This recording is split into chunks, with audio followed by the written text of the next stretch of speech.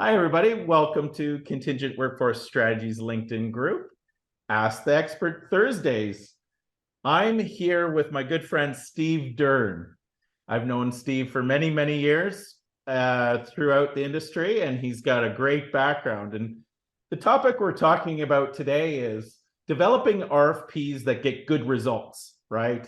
And it's that time of year again that everybody's made their plans in the fall and said, okay, what are we going to do for the new year and next year's strategies? And RFPs and reevaluating program initiatives is a key topic at this time of year. So, Steve, I wanted to thank you for your time coming in and talking about this great topic.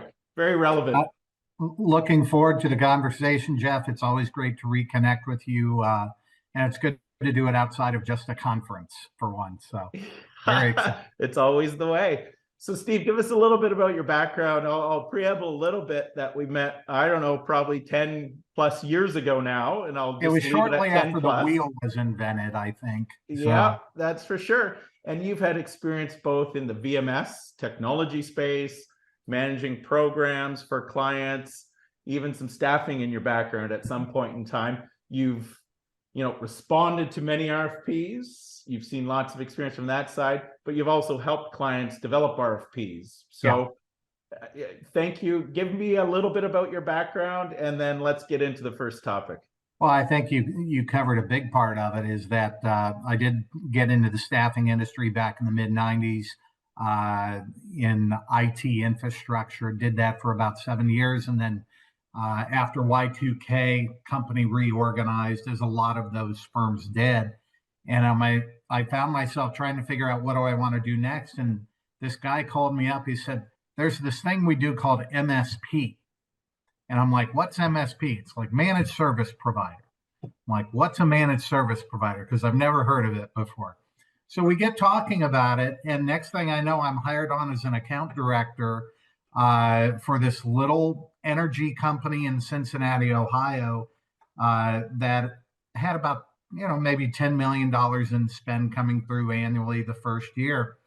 And by the time I had left that organization, it was one of the largest MSP programs in the country. It has doubled since I left. And, it really started my career in the managed service and VMS space. Fantastic. So, one of the things, of course, a lot of people just say, let's issue an RFP and throw it on the street and see if people will respond. And they post and pray, as we call it in the staffing industry. And usually that can result in good things, but 90% of the time, posting and praying doesn't result in the best results. So, before you just issue an RFP and you're starting to prepare for an evaluation, what are some of the things companies and organizations and program leads need to start to think about, bring people into it, and what should they prepare and start to think about before they get into just developing a document that they float out to the market? Sure. And bear in mind, I'll give this with the perspective of, you're looking at like some type of managed solution, whether it's VMS, payrolling and IC compliance, direct sourcing, MSP, those types of things is where most of my experience has been. So it might have a little bit different take than your typical staffing RFP, where they're just trying to figure out, how do we get from 15 vendors down to 5 vendors and things like that. But even a lot of this preparation and the things that you'd add into the larger strategic RFP processes are very relevant even when you're looking at evaluating your staffing partners. Definitely. To me, a lot of people are going to say, oh, it's got to start with data. No, it doesn't start with data. Data is part of it. To me, it's about engaging your team who is going to be impacted by whatever it is you're sourcing for. So if you're sourcing for technology or MSP, it's not just your talent acquisition group. It's not just your procurement group.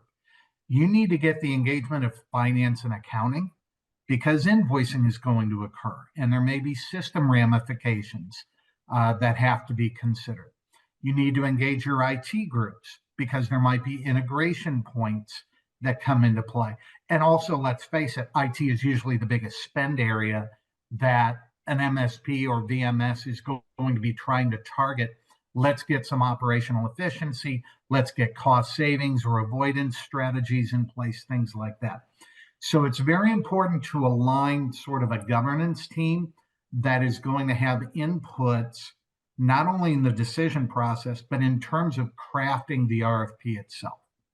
Yeah, so that is no, that's step huge. one. Your stakeholder engagement is a very good first step, right? Yeah, you've got to be able to deliver a solution in the end. If you're responsible for bringing this provider in, you've got to make sure they're going to be able to satisfy those stakeholder needs as well. Yeah, it totally makes sense. So, we've talked about how to prepare for an RFP and things you should gather before just putting a document together. Now, talking about the document is another side of it as well. Yeah. Like we've seen, and I've been on the vendor side for quite many years, and you see different styles of RFPs, and some throw every question in the kitchen sink into an RFP. Others are just 4 open-ended questions. Like, what do you think is some best practices around building the document itself and what you're going to be asking of your vendors? Sure. So I think if I'm in procurement for an enterprise organization, having that precursor understanding of what is the current state and what is the pain, you need to create your questionnaire in a way that you get ideas on how that pain can be resolved.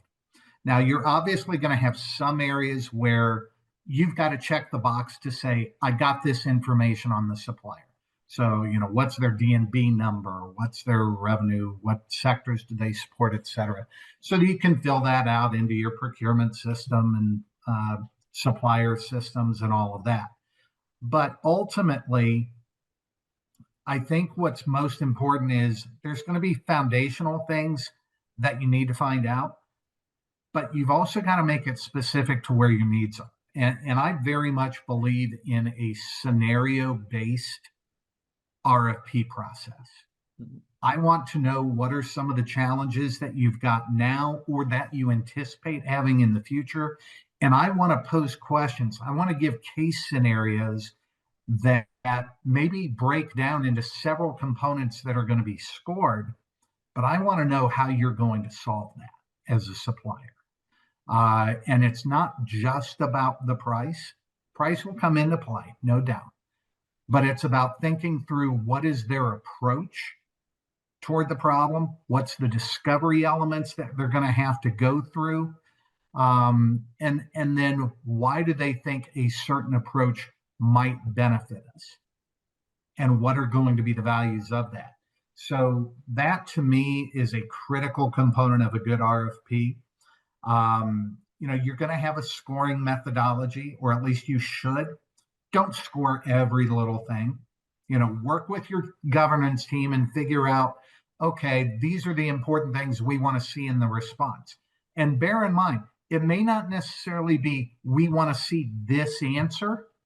It may be we want to see this thought process toward getting to an answer.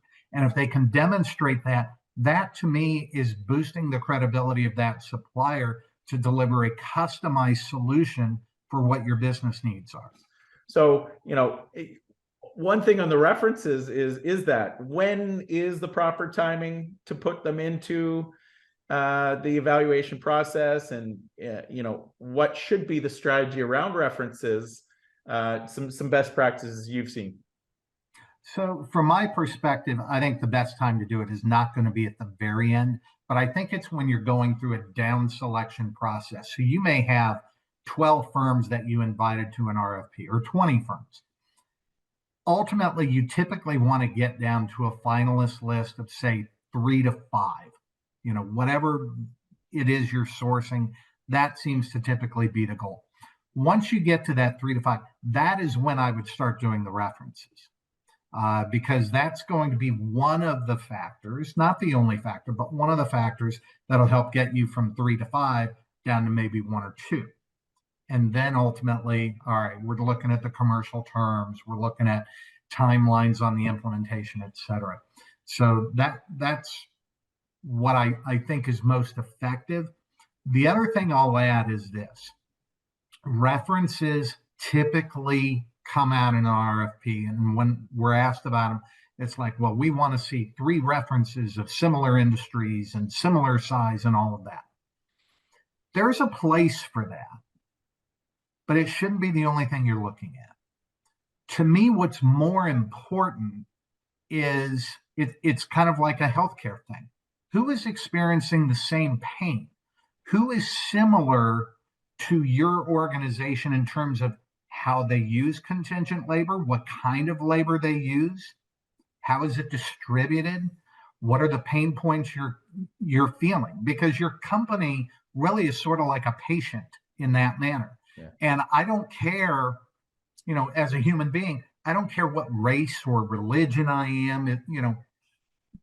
The person doesn't have to be the same demographic as me, but if they've got the exact same symptoms as me, I want to know what is the best way to make me feel better. And I think companies lose sight of that. They don't focus those references as much on who has a similar pain point to me. And a perfect description of this is the oil and gas industry versus retail. If you think about it, there's probably a major corporate hub where you've got all the shared services, legal, marketing, IT, engineering, project management, accounting, et cetera. But then you've got all these field locations, and that's where you're going to have more of your commercial or industrial labor. You're going to have distribution centers. You're going to have oil rig up and rig down workers and things like that. Completely different industries, but the pain points are so similar between the two of them. Those, I think, are great reference comparisons to have because it's so similar in terms of what they have to go through. And I think people lose sight of that. Great insight, Steve. It's been a super pleasure talking to you about this topic. It's very relevant at this time of year where a lot of programs are looking at reevaluating their vendor communities and issuing RFPs and evaluation processes. So thank you for your insight. It's been a true pleasure. And me as well, Jeff. I thank you for the opportunity. As we all know, 'tis the season for RFP activity in Q1 and leading into Q2. So hopefully this is helpful to the audience out there, and look forward to doing it again soon. Awesome. Talk soon. Bye. Take care.